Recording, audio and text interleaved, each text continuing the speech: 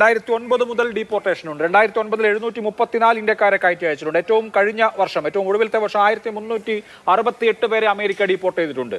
ആയിക്കോട്ടെ, ഇത്തവണയോ പുതിയ Trump administration 17,000-ന് മുകളിൽ ഇന്ത്യക്കാരെയാണ് ഇമ്മീഡിയറ്റ് ആയിട്ട് ഡീപ്പോർട്ട് ചെയ്യാൻ പോകുന്നത്. ഇത്രയധികം ആളുകളെ, ശരി, അനധികൃത കുടിയേറ്റക്കാരല്ലേ, നമ്മുടെ പൗരന്മാരാണല്ലോ, അത് രാജ്യം അംഗീകരിക്കുന്നുണ്ട്. അവരെ മാന്യമായി ട്രീറ്റ് ചെയ്യൂ എന്നെന്തുകൊണ്ടാണ് ഈ രാജ്യത്തിന് പറയാൻ പറ്റാത്തത് എന്നുള്ളതാണ് ഇവിടുത്തെ ചോദ്യം.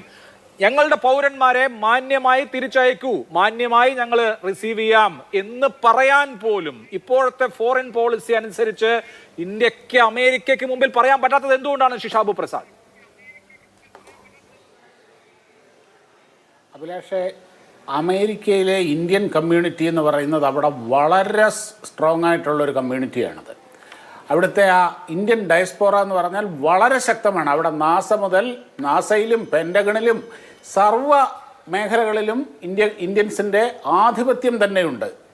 അതുകൊണ്ട് അവിടെ പക്ഷെ അവരെല്ലാവരും അവിടെ മാനം മര്യാദയ്ക്ക് എല്ലാ നിയമപരിരക്ഷകളോടുകൂടിയും നിയമപരമായ രീതിയിൽ കഴിയുന്നവരാണ്. കുറ്റവാളികളോട് ഒരു രാജ്യം എങ്ങനെ പെരുമാറണം എന്നുള്ളത്, കുറ്റവാളികളെ എങ്ങനെ കൈകാര്യം ചെയ്യണം എന്നുള്ളത് ഓരോ രാജ്യത്തിൻ്റെയും പ്രൊറഗേറ്റീവാണ്. ഇവിടെ സൗദി അറേബ്യയിൽ എത്ര ഇന്ത്യക്കാരെ തലവെട്ടിക്കൊന്നിട്ടുണ്ട്?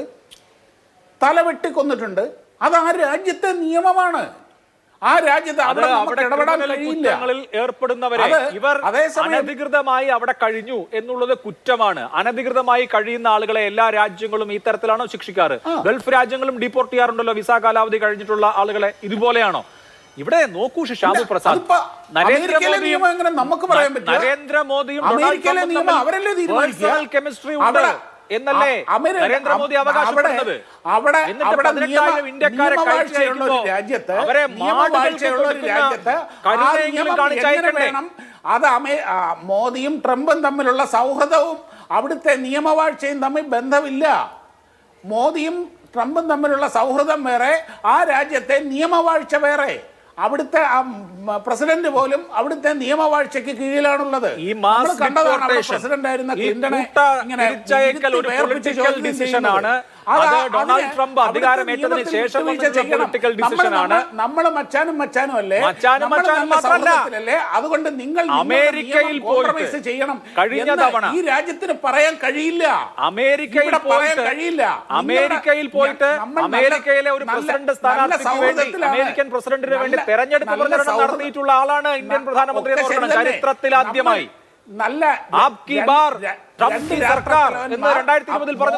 മോദിയും ട്രംപും നല്ല ഇന്ത്യയും അമേരിക്കയും സൗഹൃദ രാജ്യങ്ങളാണ്. മോദിയും ട്രംപും നല്ല ബന്ധമുള്ളവരാണ്.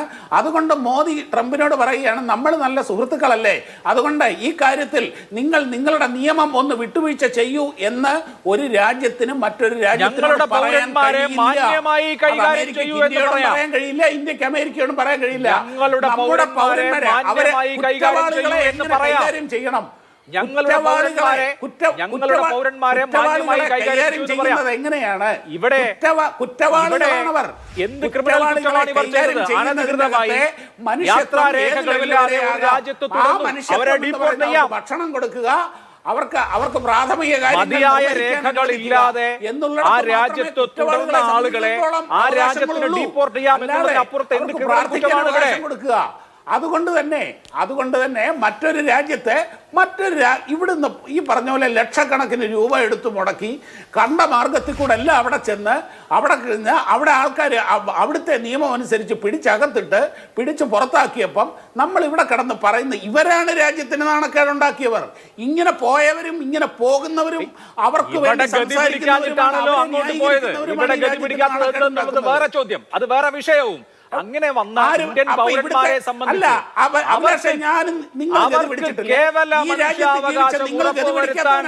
സർക്കാരിന് കഴിയുന്നില്ല. രാജ്യത്ത് ജീവിക്കുന്നവർ, നമ്മുടെ പൗരന്മാർക്ക് ജീവിക്കുന്നവർ, നിങ്ങൾ അനധികൃതമായി അമേരിക്കയിലേക്ക് പോയ നമ്മുടെ പൗരന്മാരെ തിരിച്ചയച്ചോട്ടെ. പക്ഷെ ആ മനുഷ്യർക്ക് കേവല മനുഷ്യാവകാശം ഉറപ്പാക്കാൻ കഴിയുന്നില്ല ഒരു സർക്കാരിനെങ്കിൽ അത് സർക്കാരിന്റെ പരാജയമാണ്. അതിനപ്പുറത്ത് അവിടെ വേറെ ഒന്നുമില്ല. അതുകൊണ്ടല്ല അത് ആർത്തിയും അത്യാഗ്രഹവുമാണ്. ഇവിടെ ഇരിക്കുന്നവരാരെങ്കിലും ഗതി പിടിക്കാത്തവരാണോ? ഞാനും നിങ്ങളൊക്കെ ഗതി കിട്ടാത്തവരാണോ? ഈ എല്ലാവർക്കും തുല്യാവസരമുള്ള രാജ്യമല്ലല്ലോ ഇത്. 50 ലക്ഷം രൂപ എടുക്കാനുള്ളവൻ ആരും അധ്വാനിക്കാനും അധ്വാനിക്കാൻ തയ്യാറുള്ളവനെ അല്ലല്ലോ ഇത്. അങ്ങനെയുള്ള ഇന്ത്യക്കാരെ സംബന്ധിച്ച് അവിടെ ഏത് രാജ്യത്തെ എല്ലാവർക്കും തുല്യ വരുമാനമുള്ളത്? ലോകത്ത് ഏത് രാജ്യത്താണ് എല്ലാവർക്കും തുല്യ വരുമാനമുള്ളത്? പറഞ്ഞോട്ടെ. ആളുകൾക്ക് അധ്വാനിക്കാൻ തയ്യാറുള്ളവൻ ഏറ്റവും അടിസ്ഥാനപരമായ